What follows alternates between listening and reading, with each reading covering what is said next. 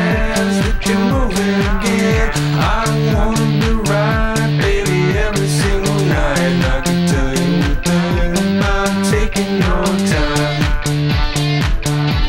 It's making me nervous, yeah.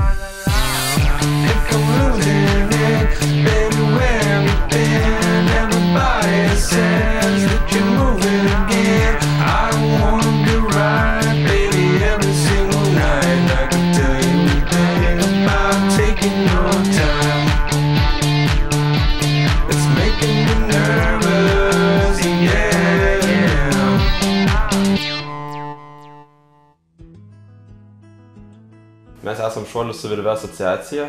Mūsų tikslas yra šokinėti nuo visokio stovinčių objektų su virvėmis. Pažįstam visus Europos policijos pareigūnus. Patys mandagiausi yra Šveicarijos. Važiavom mes nušokti nuo Verdono kanjono, 7 žmonės. Iš tų 7 žmonių viena mergina. Verdono kelionė buvo viena iš mūsų tokių ekstremalių kelionių pašokinėti su virvėm. Iš pradžių galvojom, kad ten įmanoma pasiekti pasaulio rekordą, kuris šiai dienai yra 355 metrai. Nuvažiavus į vietą, paaiškėjo, kad pasaulio rekordą pasiekti nepavyks, nes pati aukščiausia įmanoma šuolio vieta tenais buvo 350 metrų aukščio. Įsirengėm sistemą ir laukėm gero oro. Mums trukdė labai vėjas. Taip laukėm 2 dienas. Įsirengė stovyklą ant pačio Verdono kanjono, kol neatvarė žandarmerijos pareigūnai ir nepasiūlė mums susirinkti daiktų. Leidimo taip pat negavom ir iš Verdono seniūnijos. Tada mes turėjom antrinį planą nuvykti į Šveicariją, į užtvanką Luzonę. Luzonės užtvanka garsėja savo aukščiu, 165 metrų aukščio, palyginimui taip pat kaip nuo pagrindo iki televizijos bokšto paukščių tako. Nenorėjome vėl būti nukrapštyti, todėl visą sistemą įrengėme naktį. Tai užtruko vos 2,5 valandos. Atėję naktį įsirengėme, dar reikėjo gerokai pašalti.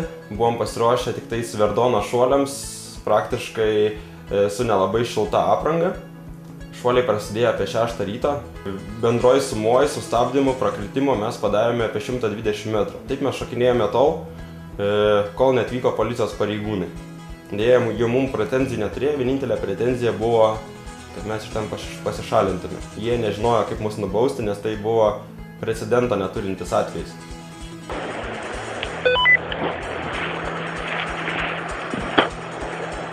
Kaip tau sekasi?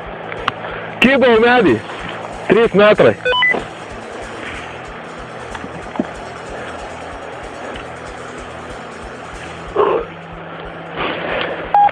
Ir kokios prognozės? Bandau krapštytis iš medžio. Nu ką, dynėjau šakeles, parašutkė apsidraskė. O pats kybau kažkur čia, hehehe.